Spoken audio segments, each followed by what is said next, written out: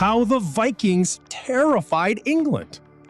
Across the cold northern sea, a man stood in silence, watching the horizon, thinking, planning. His name was Jarl Ulf Ironbeard, and beyond those waters, he saw opportunity. The Raid on Lindisfarne, 793 AD. On the northeast coast of England lies a quiet island monastery, Lindisfarne, a place of peace, of prayer, of silence.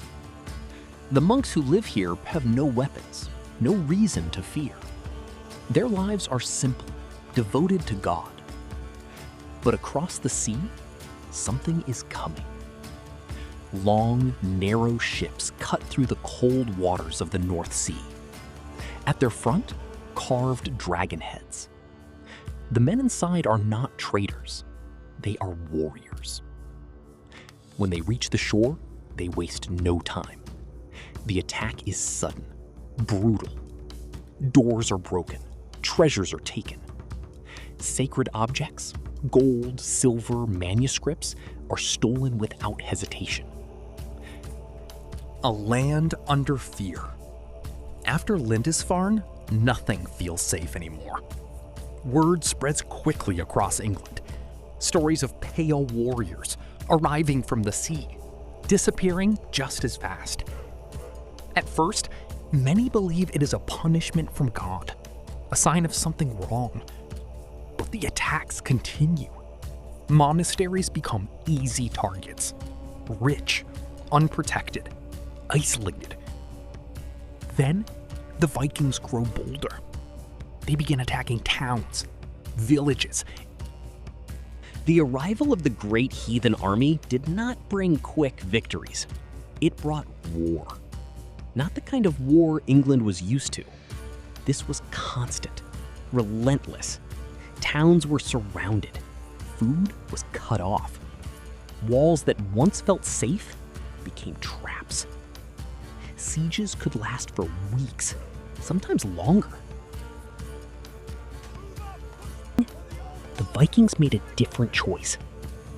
They placed kings on thrones. Wessex, the last kingdom. As the invasion spreads, only one kingdom remains strong, Wessex, and its king, Alfred. He is not the most feared warrior, but he is intelligent, strategic, patient. The Vikings push into his land. Battles are fought and lost. At one point, Alfred is forced into hiding, retreating into the marshes with only a small group of followers. It seems like the end. The last kingdom is about to fall. But Alfred refuses to surrender. He studies his enemy, learns their tactics, rebuilds his forces in secret, and waits for the right moment. The Battle of Edington, 878 AD. In the year 878, Alfred returns. Gathering his army, he marches to face the Viking forces. The two sides meet at Edington. The battle is intense. Shields crash together. Lines push forward and break apart. For years, the Vikings have dominated. But now, something is different. Alfred's army holds strong. Slowly, the Vikings begin to lose ground. What once seemed impossible is now happening. The Vikings are being defeated. The battle ends in victory for Wessex. The Viking leader is forced to surrender. But instead of total destruction, Alfred offers peace. After the battle, a new agreement is formed. The Vikings are allowed to stay, but only in certain parts of England. This region becomes known as the Danelaw. Here, Vikings settle permanently. They build farms, raise families, trade with locals. Over time, something unexpected happens.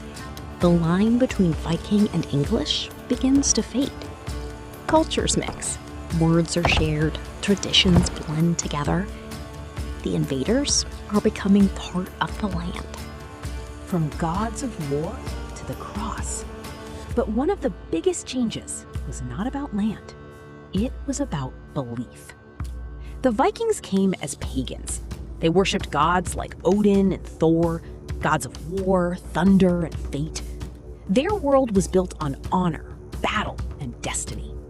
But in England, they encountered something different: Christianity.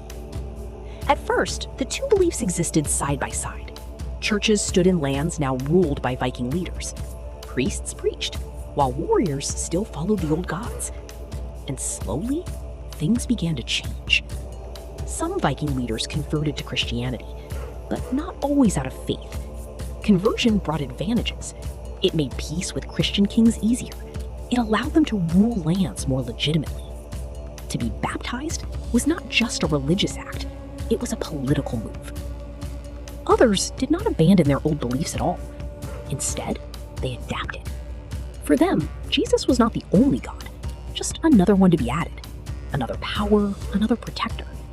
Odin, Thor, and now Christ. Over time, however, the balance began to shift. The next generations grew up differently, raised among churches instead of temples, taught one faith instead of many. And gradually, the old gods faded. Not in a single moment, but over years, decades, generations. The same people who once attacked monasteries now prayed inside them. And the warriors who came from the sea were no longer outsiders. They had become part of a new world. The division of England. By the late 9th century, England was no longer one land. It was divided. In the south, Wessex stood strong, the last Anglo-Saxon kingdom still resisting. But in the north and east, everything had changed. This was the Danelaw, a land ruled by Viking law, Viking customs, Viking kings. Cities like York became centers of Norse power. And for the first time, England was no longer fully English.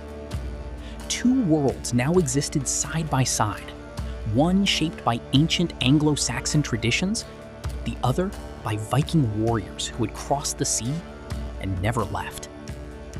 But over time, the line between them would begin to fade, not through war, but through something far more powerful: settlement, culture, and belief. The invaders became neighbors, and eventually, they became one people.